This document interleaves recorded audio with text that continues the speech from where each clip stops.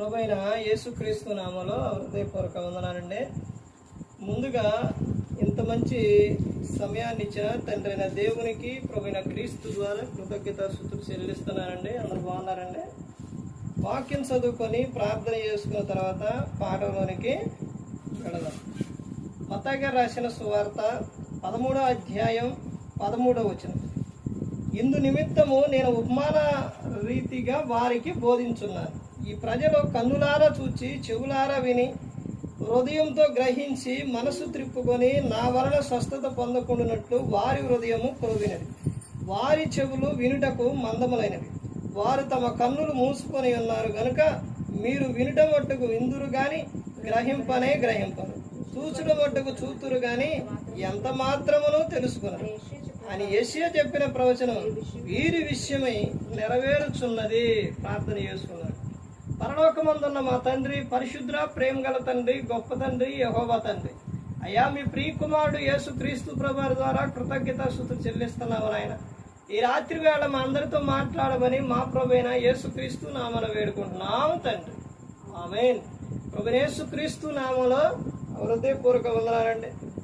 దేవుని కుమారుడు యేసుక్రీస్తు ప్రభువారు ఈ లోకానికి వచ్చిన తర్వాత పరలోక రాజ్యం సమీపిస్తుంది కనుక మారు మనసు పొందమని ప్రకటింప మొదలుపెట్టారు.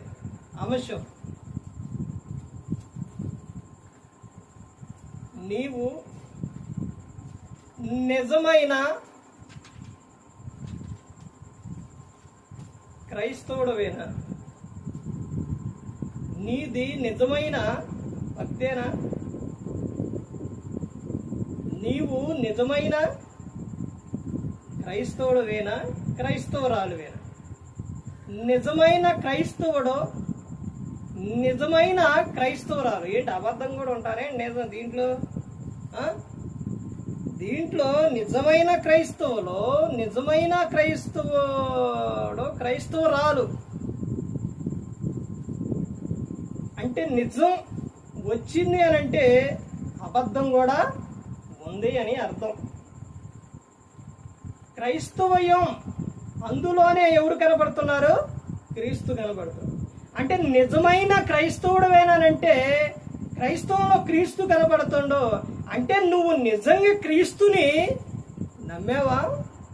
నిజంగా నీవు క్రీస్తుని విశ్వసిస్తున్నావా? నీది నిజమైన భక్తి అయితే, నువ్వు నిజమైన క్రైస్తవుడు అయితే, నిజమైన క్రైస్తవురాలు అయితే ఎలా బ్రతుకుతారో తెలుసా? ఎలా బ్రతుకుతారు? నీతి నిజాయితీలతో దేవునికి సాక్షిగా బ్రతుకుతారు. కానీ ఈ రోజున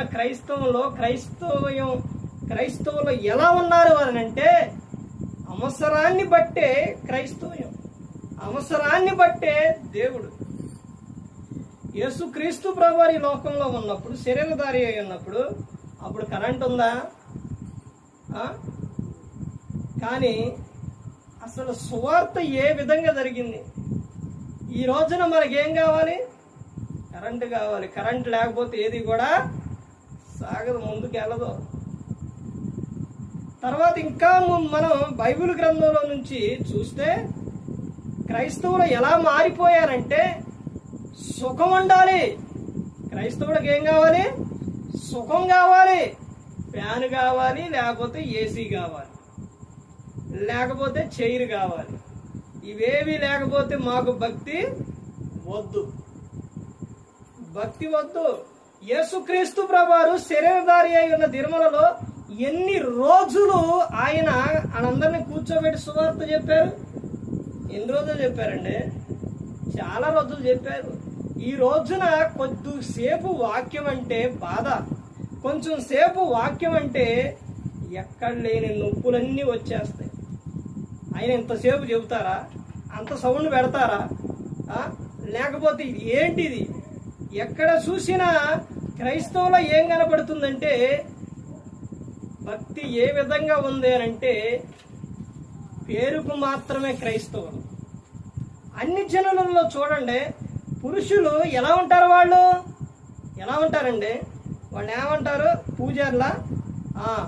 వాళ్ళు ఇద్దరు వచ్చి కూర్చోవాలి అని అంటే ఇద్దరు వచ్చి కూర్చుంటారు. కానీ క్రైస్తవులో మాత్రం భార్య వస్తే భర్త రాడు, భర్త వస్తే భార్య రాదు. చూడండి ఏ విధంగా ఉందో. ఎలా వచ్చింది ఆశీర్వాదం, ఎలా దీవించబడతారు. ఈ రోజున కుటుంబాల్లో సమస్యలు, కుటుంబాల్లో బాధలు, వీటన్నిటికీ కారణం ఏంటి అని అంటే మనలో నిజమైన భక్తి లేదు, నిజమైన క్రైస్తవురాలు లేరు. అందుకనే ఏం జరుగుతుంది, నా నామం అన్ని జనుల మధ్య దూషింపబడుతుంది అని అంటే కారణం ఎవరు అని చెప్పారు? కారణం ఎవరు? మీరే. ఎందుకనండి అంత నామకార్థంగా జీవిస్తున్నారు. నామకార్థ క్రైస్తవ్యం అంతా కూడా. అన్యుడు చూడండి ఎంత భక్తిగా నీతిగా జీవిస్తారు. వాళ్ళకు వచ్చే ఆశీర్వాదం చూడండి. దేవుడు మనకి చెప్పిండండి. కీర్తన 128వ కీర్తనలో 1 నుంచి చూస్తే, ఇంటి యజమానుడు దేవుని యందు భయభక్తులు కలిగి ఉంటే వచ్చే ఆశీర్వాదం ఏంటి అక్కడ ఉంటుంది. కానీ ఈ ఆశీర్వాదం కుటుంబంలో కోరుకుంటారా? భార్య ఎప్పుడన్నా భర్తకు చెప్పిద్దే, ఏమండి మందిరానికి రాండి, క్రీస్తుని నమ్ముకోండి, ఆయన యందు భయభక్తులు కలిగి ఉండండి, ఇదిగోండి ఆశీర్వాదం ఉంది, మనం దీవించబడతాం అని ఎప్పుడన్నా చెప్పింది భార్య?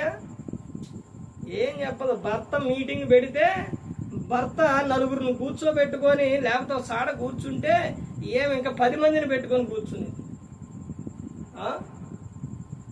ఏ విధంగా ఎలా కుటుంబంలో సమస్యలు ఎలా పోతాయి, కుటుంబంలో గొడవలు ఎలా పోతాయి ఒక్కసారి ఆలోచించండి. దెయ్యానికి చోటిస్తూ దెయ్యం పనులు చేస్తూ ఉంటే నువ్వు ఎలా నీ కుటుంబం దీవించబడి, ఎలా నీ భర్త మారుతారో ఇక్కడ ఏమని చెబుతున్నారో చూడండి. యేసుక్రీస్తు ప్రభువారు, ఇందు నిమిత్తం నేను ఉపమాన రీతిగా వారికి బోధించున్నాను. ఈ ప్రజల కన్నులారా చూసి చెవులారా విని హృదయంతో గ్రహించి మనసు త్రిప్పుకొని నా వలన స్వస్థత పొందుకున్నట్లు వారి హృదయం క్రొవ్వినది.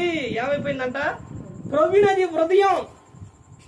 అందుకనే మనిషికి అన్ని విధాలుగా ఏం జరుగుతుంది? ఒకటి, దేవుని పరంగా ఆత్మీయంగా ఆశీర్వాదాలు రావట్ల. తర్వాత ఈ మనిషి ఏ విధంగా ఆలోచిస్తున్నారు అంటే, ఏ విధంగా జీవిస్తున్నారని అంటే భయంకరమైన స్థితిలో మనిషి జీవిస్తున్నారు. ప్రతి ఒక్కరూ గమనించుకోవాలి, ప్రతి ఒక్కరూ కూడా తెలుసుకోవాలి. మన జీవితాలు బాగుండాలంటే, ఆనందకరంగా ఉండాలంటే, సంతోషంగా ఉండాలంటే క్రీస్తుని సొంత రక్షకునిగా అంగీకరించాలి. క్రీస్తుని నీ హృదయంలో ఆహ్వానిస్తే నీ మాట తీరు మారుతుంది, నీ ప్రవర్తన మారుతుంది, అన్నీ మారిపోతాయి. నువ్వు ఈ లోకం విడిస్తే పరలోకానికి చేరవు. మనిషి ఇవేవి కోరుకోడు. ఎన్ని బాధలు వచ్చినా పర్లా, ఎన్ని నిందలు వచ్చినా పర్లా, ఎన్ని శ్రమలు వచ్చినా పర్లా, ఏదైనా పర్లా, క్రీస్తుని మాత్రం సొంత రక్షకునిగా అంగీకరించడు. నువ్వెలా నిజమైన క్రైస్తవుడివి, నువ్వెలా నిజమైన క్రైస్తవురాలువి? నోటిలో నోరు తెరిస్తే అన్ని బూతులే, నోరు తెరిస్తే వ్యర్థమైన మాటలే, నోరు తెరిస్తే అన్ని పనికి మాలిన మాటలే. ఎలా వచ్చింది ఆశీర్వాదం? మనిషి ఏ విధంగా ఎలా జీవిస్తున్నారో చూడండి. అంతా కూడా ఇప్పుడు ఎక్కడైనా కానీ ఈ సమయంలో ఏదన్నా ప్రోగ్రాం పెట్టి, డ్యాన్సులు పెట్టి, మైకులు పెడితే అసలు జనం నిద్రపోతారా? లేకపోతే ఏదన్నా ఒక మాట అనుకుంటారా? అరే భలేగుంది అనుకుంటారు.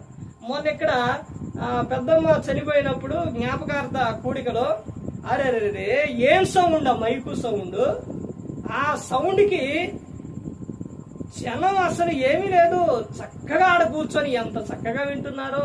ఇక్కడనే కాదు, ఎక్కడైనా కానీ ఎంత బయట సాంగ్స్ కానీ, అంటే సినిమాల సాంగ్స్ కానీ, లేకపోతే డీజేలు కానీ, లేకపోతే ఇంకెయ్యన్నా పెట్టుకున్నా కానీ మనిషి చక్కగా హ్యాపీగా వింటాడు, ఏ బాధ ఉండదు. కానీ కొంచెం సౌండ్ పెట్టి మైకు పెడితే ఏమంటారు? మాకు నిద్ర పట్టట్లేదండి, నిద్ర పట్టట్లా, నిద్రే లేకుండా చేస్తారు. అప్పుడేం చేస్తావు? ఎక్కడ పోయినా క్రైస్తవంలో, ఏ ఊరు పోయినా, ఎక్కడికి పోయినా మా సౌండ్ తగ్గింది, లేకపోతే అసలు ఏ విధంగా ఉందో చూడు. మళ్ళీ ఎవరో పైకి పేరుకి ఎవరు? క్రైస్తవులే. ప్రతి ఒక్కరు గమనించుకోవాలి. నీ జీవితం ఆనందంగా ఉండాలంటే, సంతోషంగా ఉండాలంటే దేవుని యందు భయభక్తులు కలిగి ఉండాలి. నువ్వు అనుకుంటున్నావు కదా, మనిషి అనుకుంటున్నాడు నాకు ఈ లోకం, నాకు ఇదే శాశ్వతం అనుకుంటున్నాం. ఈ లోకం శాశ్వతం కాదు. ఈ లోకానికి ఎందుకు వచ్చావంటే అద్దెకొచ్చావు. కొంతకాలం ఉండి తర్వాత వెళ్ళిపోవాల్సిందే. చూసిపోవడానికి వచ్చావు. శాశ్వతమైన లోకం ఉంది. కూర్చొని పనికిమాలిన మాటలన్నీ మాట్లాడుకోకపోతే క్రీస్తుని గురించి మాట్లాడుకోండి, దేవుని గురించి చెప్పండి. నైట్ ఎన్ని 12, 1 గంట, 2 దాకా మాట్లాడమన్నా మాట్లాడతా. ఒక్క అర్ధ గంట 30 నిమిషాలు వాక్యం చెబితే 30 నిమిషాలు కూర్చోవాలంటే మనకి ఎక్కడ లేని నిద్రలన్నీ వచ్చేస్తాయి. ఒకసారి కాదండి, ప్రతి ఒక్క ప్రాంతంలో చర్చిలో పెట్టినా, మీటింగ్స్ పెట్టినా, ఎక్కడ పెట్టినా ఎక్కడైనా జరిగేది ఇదే. అది ఒక విధంగా చూస్తే మనిషి తప్పు కాదు. సాతానుగాడు ప్రార్థన అనంగానే వచ్చి నీ పక్కన కూర్చుంటాడు. ప్రార్థన అనగానే నీకు నిద్ర వచ్చింది. ప్రార్థన అనంగానే నీ చెవులు అప్పుడు తెరవబడతాయి. ఏ సౌండ్ వినటానికి? ఆపు చేయమని చెప్పటానికి. నీ నోరు అప్పుడు తెరుస్తూ దేనికి? మైకు ఆపు చేయమని. తర్వాత నీ నోరు తెరవో క్రీస్తు మాట చెప్పడం గురించి కానీ, దేవుని మాట చెప్పడం గురించి కానీ అప్పుడే ఉండదు.